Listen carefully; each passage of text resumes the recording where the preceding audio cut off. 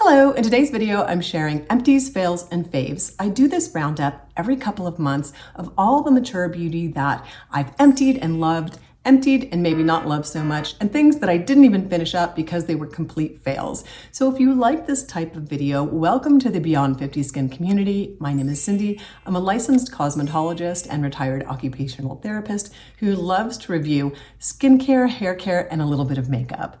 I'm going to start off with skincare, two products that I picked up from NIOD during the Slowvember sale last November. The first is the multi-molecular hyaluronic acid complex, which is a combination of low and high weight hyaluronic acid. The lower weight penetrates a little bit more deeply, and the higher weight kind of sits more on the surface of the skin to hydrate. And I also picked up the copper aminopeptides. I've been trying copper peptides this year to see if I'm missing the boat on copper peptides and see how they respond on my mature skin. In the past, I haven't thought they worked, but I'm game for trying them again. And I picked both of these up to use in my evening skincare routine after I've been trialing the Nira Pro for the neck area. Jody Lynn and I have a collaboration coming up to show you what we thought about the Pro on helping with neck crinkly, wrinkly skin. This was in my evening routine to kind of help with the hydration post using the Nira laser. Next, I tried a small sample of the vitamin C from Drunk Elephant. This is their C Firm, and this is the one that you mix the two products together to get a fresh vitamin C. I have to say this was definitely a fail for me because the products never mixed very well. It was always slightly granular and gritty, so definitely not a fave for me. This has to go in the fail category. One of my absolute favorite finds last year was the CeraVe Hydrating Toner. This is definitely an absolute fave. It has niacinamide, it has ceramides, it has hyaluronic acid. Super for right after cleansing to kind of pack in some hydration. Tap on a couple layers of this before you move on with your skincare if you have super hydrated skin, super dehydrated skin. It really helps pack in a punch of moisturizer. I like this a little bit better than the Tsukiyaka Suhada Urea Moisturizing Lotion for winter months. Love them both, but this is my favorite for the winter and definitely is going to be a repurchase. Next up are some dissolvable eye masks I received from Clean Circle. These are brand new to me and I tried them a couple nights ago. I'm going to show you some clips of me trying them in comparison to the Dermatology brightening eye masks. I have to say, number one, when I went to dissolve these, you're supposed to dissolve these in warm water. They didn't dissolve. This is overnight and they're still not dissolved. So the concept of dissolving eye masks, I totally misunderstood. I thought they would dissolve on your skin, but they actually are dissolvable before you dispose of them. So the concept is a little confusing to me, especially when they didn't actually dissolve. So I'm a little confused about that. I guess it's trying to be clean in that they're not disposable. I'm a little confused. And the other thing is when I removed these, the skin under my under eye felt a little tight. So I tried them again with the Advanced Eye Cream, which is what I use under their Dermatology brightening eye masks, a little bit of the Advanced Eye Cream.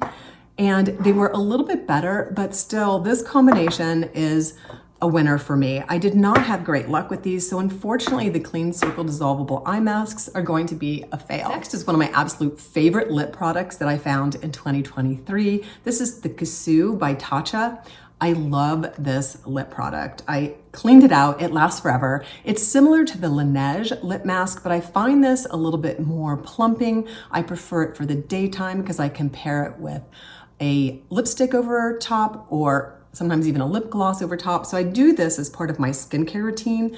Love this. I found as a replacement for this just to try something new, and it's a little bit on the less expensive side because Tatcha, of course, is a fairly mid-range to luxury price range, and I wanted to try something that was a little bit more affordable. So I tried the Fenty, their new lip mask. Absolutely love it. I left it upstairs, but I'll put a picture right here of their new lip mask, and it has a slight vanilla scent, but I can hardly detect it. I've been consistently using an anti-pigmentation serum during my morning routine, kind of rotating it between the Coliseum pigment serum and the one by Dr. Idris. This is the Hydra Fade. I love them both. This is the one that I just finished up. I highly recommend both of them. I've been getting some darker spots along my brow area. So apparently I'm probably not getting my sunscreen up to my hairline high enough. So something's going on.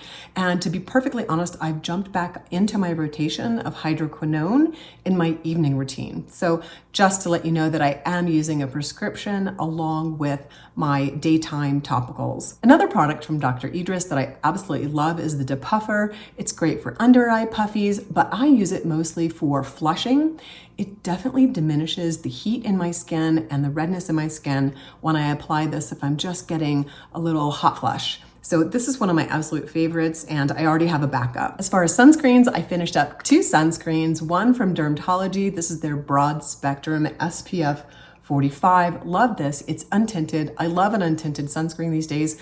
I'm just tired of fighting the tinted ones in my hairline, and they don't always mix with my complexion products, so I'm definitely reaching for untinted. Now this is a combination sunscreen, so it's actually a chemical and a physical combination sunscreen.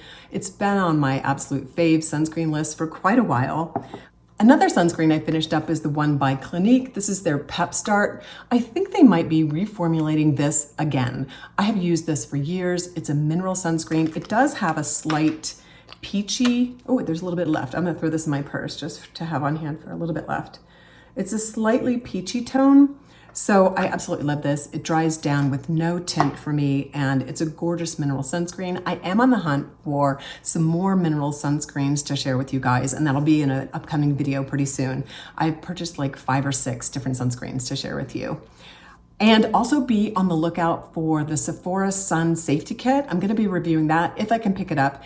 It flies off the shelf every year. So it is March, so it's definitely gonna be out pretty soon. I've been kind of checking every 3 or 4 days, and I will post that on my community page if you're interested in picking it up, because it sells out basically in the week that it goes up. And it's a great way to trial like 15 or 20 sunscreens for a super reasonable price. They also do a collaboration every year with the Sloan Kettering Cancer Foundation. So it's a great cause, and you get to try a bunch of sunscreens. All right, so those are the 2 sunscreens that I finished up. Actually, I had 3 sunscreens. I forgot EV Technology. This is my outdoor sunscreen if I'm doing outdoor activity. It's water resistant, and it's an SPF 50, and it has the advanced filters that we can't get here in the United States, but this is one of my absolute all-time faves. It gives a beautiful glow. I absolutely love it for a day when I'm gonna be doing outdoor activities. I finished up 2 moisturizers, one from Pestil and Mortar. I believe this is an Irish company. Now, I have to say this wasn't my favorite. It has a light scent. It just wasn't quite moisturizing for me. If you have normal to oily skin, probably not oily skin, probably just normal skin, not super dry, not oily. This just wasn't one of my faves. I'm back to using the 2 from Dermatology, the Peptide Night, of course my Dew Instant Angels, and the new Barrier Repair from Dermatology. Definitely prefer all of those 3 over this. It was nice to try, but definitely not going to be a repeat purchase for me. Another moisturizer I finished up in a little travel size was the Drunk Elephant Protini. I had this in a little kit that I got for Christmas. This has never been one of my favorite creams, but it was just a convenience at the time. I thought, why not give it another try? Again, it's probably best for normal skin types. There's nothing really special about this formula that makes my skin look any different. It's just a basic moisturizer. So this will not be a repeat purchase for me. I finished up a face oil, which takes forever to finish up a face oil. This is the one by Biossance, their squalane and vitamin C. The vitamin C in this is a very stable form of vitamin C, tetrahexadecyl ascorbate. So it's a nice bonus for your evening skincare routine. I'm going to be subbing out all of my evening facial oils, which I use consistently throughout the winter, with castor oil. I'm gonna do a castor oil trial, 30 days. It's all the rage again. It's an oil that's been used for years and years and years, and it's just kind of coming back on trend. So I thought I'd give it a try. I'll let you know what my skin thinks in about 30 days. I finished up a couple body products. The first one is by Drunk Elephant. This is their AHA alpha hydroxy acid blend with glycolic and lactic. Now, this just didn't give me any kind of a wow factor. I've been trying lots of body lotions for you guys, but this will be a pass for me on repurchase. I finished up the Eucerin Body Ointment Spray. I thought this would be really convenient for spraying on my back after a shower to help get some hydration on the places where I can't reach. To be honest, this didn't do anything. And I think the excipient or whatever, the excipient they use to expel it kind of caused more irritation than benefit. So this won't be a repurchase for me, but if you have hard to reach places and you don't have sensitive skin, this might be a good option for you for getting in those hard to reach places where you need a little bit of an occlusive moisturizer. Next up are hair products. I have 4 hair products to share with you. One is just a little travel Kenra that I talk about all the time. Finished that up over vacation. Next is a new product to me, the OGX Miracle Oil Pre-Treat for your hair. I have been loving this. I guess I started it maybe late last year in 2023. And this lasts forever. You don't need very much. I use it as a pre-treat. Typically I sleep in it and then wash my hair the next day.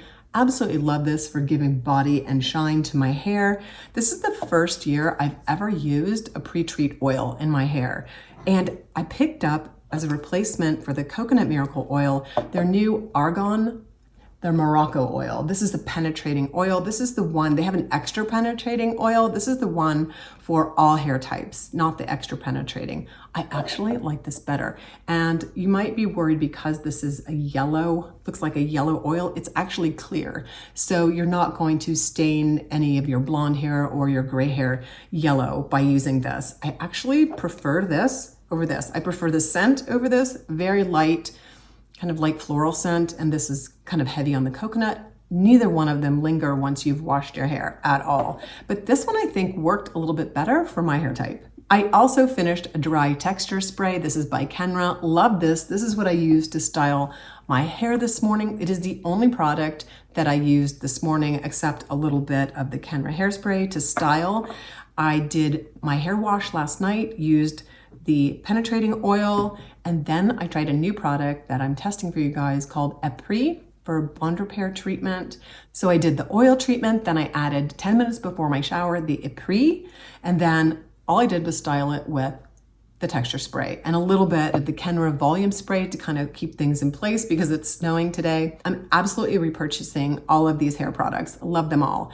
The last hair product, unfortunately, it was a fail for me. I've been trying to heat style my hair. I purchased a flat iron just to give it a little bit of curl. Now, I didn't have to do it with this hairstyle. I slept in my sleep cap overnight and it just dried with a nice wave. I know there's a controversy whether you should sleep with damp hair, but I was desperate last night to wash my hair, so that's what I did. Now the Hot Toddy, this was a miss for me. This is a treatment that you put on for a heat protectant. And this, I just can't stand the smell. It's so strong and it lingers throughout the day. It just never goes away. I thought I would get used to it. I've tried it maybe 3 or 4 times now, but each time I have to wash my hair out. It is that potent. So for me, unfortunately, the Hot Toddy was a miss. If you have a heat protectant that you love that doesn't have a really strong scent, please leave me a comment. I'm looking for one. I've tried the Bumble and Bumble, but that leaves my hair a little bit too greasy. And I also have a new one that I'm trying by Living Proof, but I haven't really run that through enough testing to know if that's gonna really help. My whole goal is to be able to style my hair with a little bit of heat now and again. I've been using my flat iron at about 260, which is relatively low heat. Since my hair's in pretty good condition, even though it's been falling out like crazy lately, the hair that is on my head is in pretty good condition, so a little bit of heat, it seems to be tolerating it without turning it too yellow. But I'd like to continue to have the option to heat style my gray hair on occasion, so I'm definitely looking for a fabulous heat protectant, and you guys always have great suggestions. So I'm completely open to trying some of your favorites. Next up, we have some makeup that I finished up. This is the primer, Pre-Game Primer by Euphoria. I've talked about this forever. It is one of my favorite primers because it has a little bit of a tint. Let's see if there's anything. Oh, there is a tiny squinch left in this. It has a very slight skin tint to it, but once you blend it out, you really can't tell, but it's super hydrating. I just use it as a foundation for a no makeup look some days. It is basically kind of a tinted moisturizer if you use it that way. I love it. It just makes my skin look plump and hydrated. One of my favorite primers. Two liners that were a miss for me. I purchased these to do my 8 mistakes for mature eyes video, and I'll pop that up above. Check that out. One of my new tips for small, recessed, mature eyes is to use a light liner in your lower waterline to give your eyes that wide awake pop look. And these are just two liners that didn't work. The color pop is too stiff and it just kind of pulls and tugs and is very uncomfortable on my waterline. And then the Fake Awake is okay, but probably won't be a repurchase for me because it gives kind of a matte look, and I like just a touch of shimmer to really make that area pop. I'm not going to get rid of this by any means, but it isn't one that I'm going to reach for again and again, and I'm definitely not going to be repurchasing. It's just a little on the stiff side. Let me show you what it looks like. It's creamy, but I like it a little bit more shimmery, and this is definitely more on the matte side. But if you like a matte look to a brightening eyeliner, you may prefer this over the one that I like, which is the Makeup Forever in Sand. In the trio that I got, I purchased the bundle, the Tarte Trio, with the tubing mascara, the Fake Awake liner, and their lip plumper. This was a huge fail for me. First of all, it doesn't give any color whatsoever. I thought it would give at least, it's barely there, which is fine. But the smell is a very strong coconut smell, and it's slightly sticky and not very hydrating. So unfortunately, this was a fail for me, and I'm not going to continue to use it because of the scent is just a little bit too strong. So if you like a strong coconut scent and a little tingle, like a minty tingle, you may love this with a little bit of color and shimmer. But like I said, for me, it just didn't give enough hydration, and the scent profile was just kind of not something that I prefer. On the other hand, a lip gloss that I absolutely loved was the Rare Beauty. I picked this up in a duo set at Christmas time. This is their neutral shade. This is the Rare Beauty lip gloss. I picked it up in mauve. If you saw my favorites video, I love this lip gloss. It's a little bit lighter weight than the Kissou, which is more of a mask, but this is so pretty and glossy, and it doesn't feel sticky. Love this, super hydrating, and I will continue to repurchase this. I really wish they had the natural pearl, but they don't have this in their regular lineup, so I ended up with the mauve, but still a favorite. Another lip gloss, unfortunately the Tower 28, is a clear lip gloss.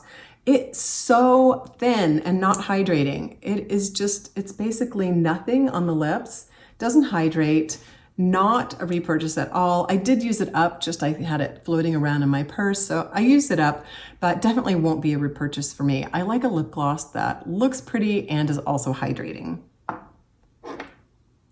Now this is a Rare Beauty product. This is their lip oil that I was so excited about when they first came out, and they actually dry out my lips. This lip oil does a beautiful color, has beautiful color palette, but once it dries down, it just completely dehydrates my lips. So this is not going to be a repurchase. I think I purchased 2. I'm using them up and then just putting a clear lip gloss or even a different color lip gloss over the top just to kind of use them up. But the Rare Beauty lip oils won't be a repurchase for me.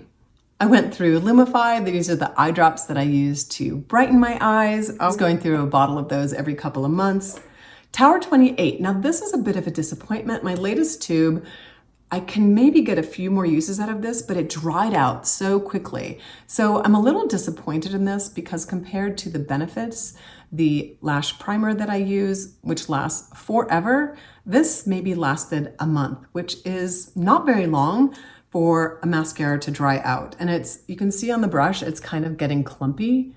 So kind of a disappointment because this was one of my 2023 favorite mascaras, but I'm debating whether I'm gonna repurchase it again. There's so many mascaras out there to try. So this has kind of gone off my faves and onto my probably not repurchase list. The last item on my list is a brush. This is the one by e.l.f. This is their powder brush. And as you can see, the bristles are just falling right out. This didn't hold up at all. This is actually my second e.l.f. brush, and I haven't stuck with either one of them. If you want a nice affordable brush set, I highly recommend the IT cosmetic brushes. They come in nice sets. They're very reasonably priced. They're super soft. I've never had one of them shed on me. I have some high-end brushes that I absolutely love, but if you're looking for a brush set that's going to hold up and not too expensive, I definitely recommend the IT cosmetic brushes. So that is a fast wrap of this 2 months fails and faves. Thanks very much for watching and wishing you all a skintastic day.